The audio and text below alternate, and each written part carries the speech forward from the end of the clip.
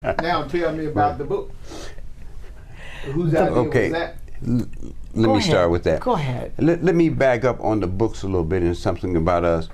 When I met Faye, she had 4 books out. And while she was checking me out, I was reading her book. I wanted to see what kind of woman this was. I wanted to see what I was investing time into. And although I began to see what it was, I had to be the leader. So once I made up my mind that this was a great investment for me, and I was hoping I was the same for her, I proposed to her, but I told her that it would take me a year before I was ready. Now, surely I expected her to run, and she didn't. But I knew it was going to take me a year because, you know, I had to get some skeletons out of my closet. I mean, I had to do some clean. I had to do some cleanup work. You know, I understand what you mean. You know what I'm talking about? And so I wasn't going to bring her into a situation that where things were not settled and stuff like that. Right. So getting down to our book, the other thing I want to say is that I told her, Faye, I'm going to be better to you than you are to yourself. I'm going to be the best thing that you have ever invested in. And I try to make that true every day.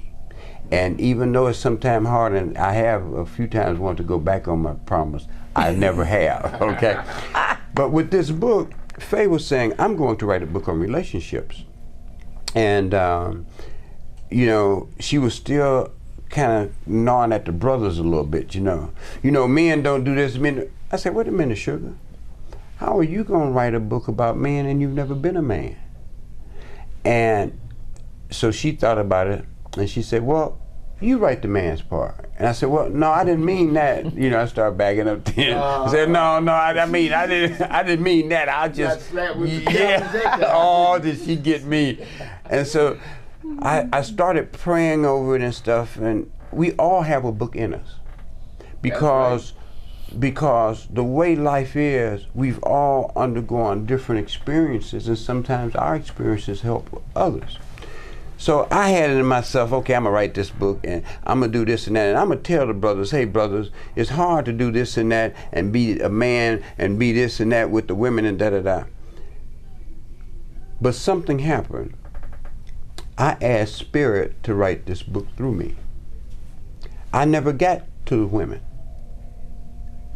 The book, what Spirit gave me was, hey, we have to get ourselves together. The name of the book is Help a Brother Out, Help a Sister Out, Can We Meet in the Middle?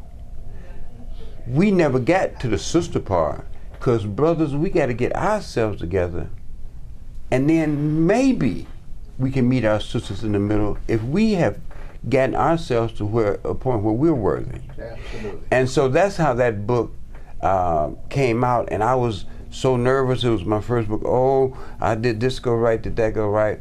And Spirit has convinced me that if you get yourself out the way, if you get yourself out the way and let Spirit handle it, it'll do it.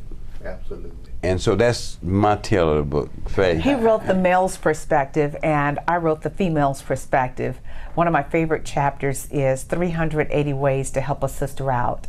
Little things. If you know our sister has had so many children, like the old lady in the shoe, she doesn't know what to do. Instead of downing her, lighten her load. You may have a free weekend where you're not being big sister or big brother. Go over and just say, hey, let me lighten the load. Let me take your daughter out with me. Oh, you taking them shopping? No, we're going to the library. Take them somewhere where they can become fascinated and they can use their own imagination. And maybe if they see all of these wonderful books, they'll want to someday write their own book. There is nothing more powerful than putting a pen to the paper. There is power in the pen. And I encourage sisters to help out another sister any way you can. If you think you're having a difficult time or a complicated time, go visit somebody at some of these cancer centers. Walk up and down some of these corridors at the hospitals. Go to some of these schools that are so dilapidated in the hood, you don't know if the lights are on, if they got the flashlights going. These are the kind of suggestive little golden nuggets that I give to my sisters. And always take care of number uno, because you're it. After you, there is no more duplication or replication of yourself.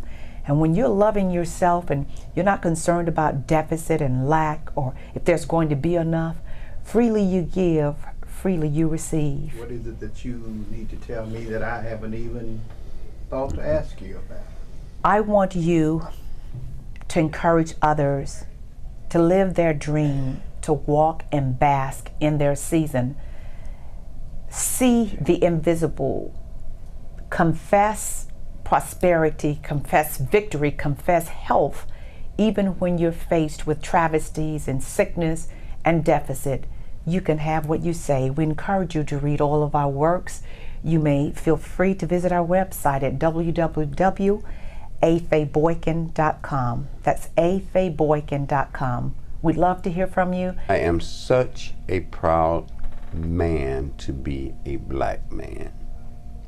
I am so proud, and I love being a black man. I am so engrossed with that I love our black women.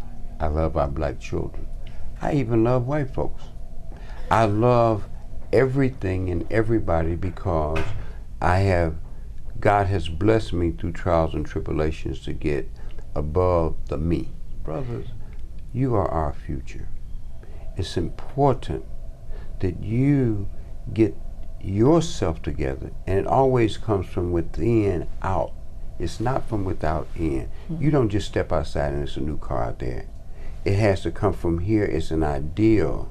And so let your ideal be worthy. Let your ideal be something where when you get older and gray, when you have children and grandchildren, that you can hold your head up high and say, I was a personal leader and I did something positive and constructive for my race of people as a black man and the whole human race.